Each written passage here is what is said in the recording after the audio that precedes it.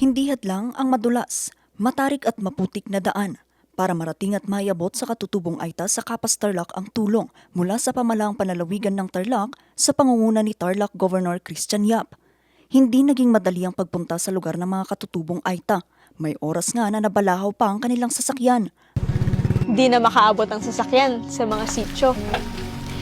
Kami, katutubo program team mula sa PGT, willing na kami maglakad.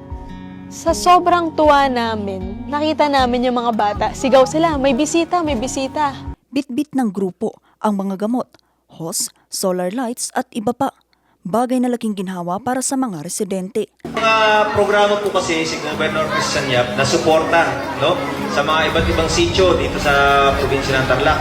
So ulit, nagpapasalamat ako sa inyong lahat na nagbigay oras at tulungan tayo para sa mas magandang kinabukasan ng ating mga katutubo Aita na kapatid. Salamat po. Salamat po. Lahat po na ibinigay ni Gob sa amin dito sa sitio ng Alunan, Maligaya, Malabatay ay salamat po sa lahat. Patuloy na sinusuyod ng pamahalaang panlalawigan ng Tarlac ang mga liblib na lugar upang maiparating ang serbisyo ng pamahalaan. Vanessa Bugtong, RNG News.